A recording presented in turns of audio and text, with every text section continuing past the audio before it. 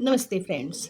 आज के इस वीडियो में मैं प्राणायाम के बारे में कुछ डिटेल में आपको बताऊंगी। पहले मैं बता चुकी हूँ, लेकिन अभी मैं आपको कुछ डिटेल में बताऊंगी। प्राणायाम करते समय आपको पूर्ण रूप से स्वस्थ होना चाहिए। फीवर है या आपको कोई कफ है, कोल्ड है, तो आपको प्राणायाम नहीं करना चाहिए। अगर आप बहुत समय से भूखे हैं तो भी प्राणायाम नहीं करना चाहिए। सिर्फ 4-5 घंटे का डिफरेंस तो आपको रखना है कि खाना खाने के या कुछ भी मतलब कि हैवी फूड आपने लिया है तो आपको 4-5 घंटे का डिफरेंस रखना है। दूसरा, प्राणायाम कोशिश कीजिए कि मॉर्निंग में ही करें, खुले स्थान पे करें, हवादार स्थान पे करें।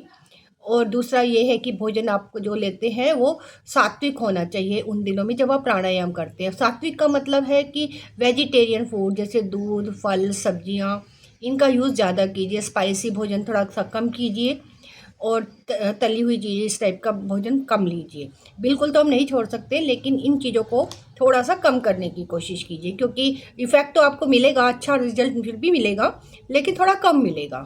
तो आप ध्यान रखिएगा इन चीज़ों का। और दूसरा ये है कि जब आप प्राणायाम करते हैं तो आप कोशिश कीजिए कि आप नेगेटिविटी को अपने से दूर रखें। जैसे आप बहुत क्रोध में हैं, बहुत टेंशन में हैं, कुछ इश्यूज, स्ट्रेस है, तो उस समय आप प्राणायाम ना करें, क्योंकि प्राणायाम करते तो हैं लेकिन फिजिकली आपको ना उतना फ़ायदा नहीं मिलता है।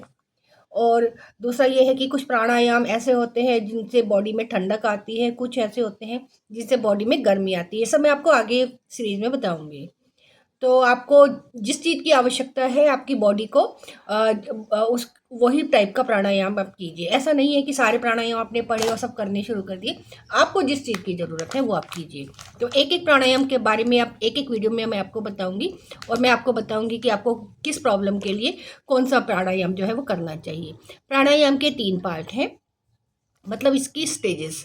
सबसे पहले है पूरक, जिसमें आप श्वास को अंदर लेते हैं, और एक फिर उसका सेकंड स्टेज है कुंभक, जिसमें आप सांस को जो अपने लिए है अंदर उसको रोक के रखते हैं अपने अंदर। और फिर है रेचक, जिसमें आप श्वास को बाहर निकालते हैं। ये ध्यान रखिएगा कि अगर आपसे सांस होल्ड नहीं की जा रही है तो आप तुरंत धीरे धीरे उसको निकाल दें। एकदम हठपूर्वक या यानी कि जोर जबरदस्ती से रोक के फिर प्राणायाम करने से कोई फायदा नहीं है। जितना आप सहज रूप में आराम से रोक के रख सकते हैं सांस को, उतनी देर ही रोकिएगा। और कोशिश कीजिएगा कि जैसे 10 मिनट आपने एक दिन किया है तो आप रोज उसको 10 मिनट ही रखें, बढ़ाएं धीरे धीरे। और शुरू में थोड़ा कम टाइम से भी आप बढ़ा सकते थे, 2 मिनट 3 मिनट से आप ऊपर लेके जाएं। लेकिन एक बात ध्यान रखिए कि जो रेगुलर एक जैसा करेंगे जैसे इतनी ही देर तक, तो आपको ज़्यादा इफेक्ट मिलेगा। आगे नेक्स्ट सीरीज में बताऊंगी। Thank you.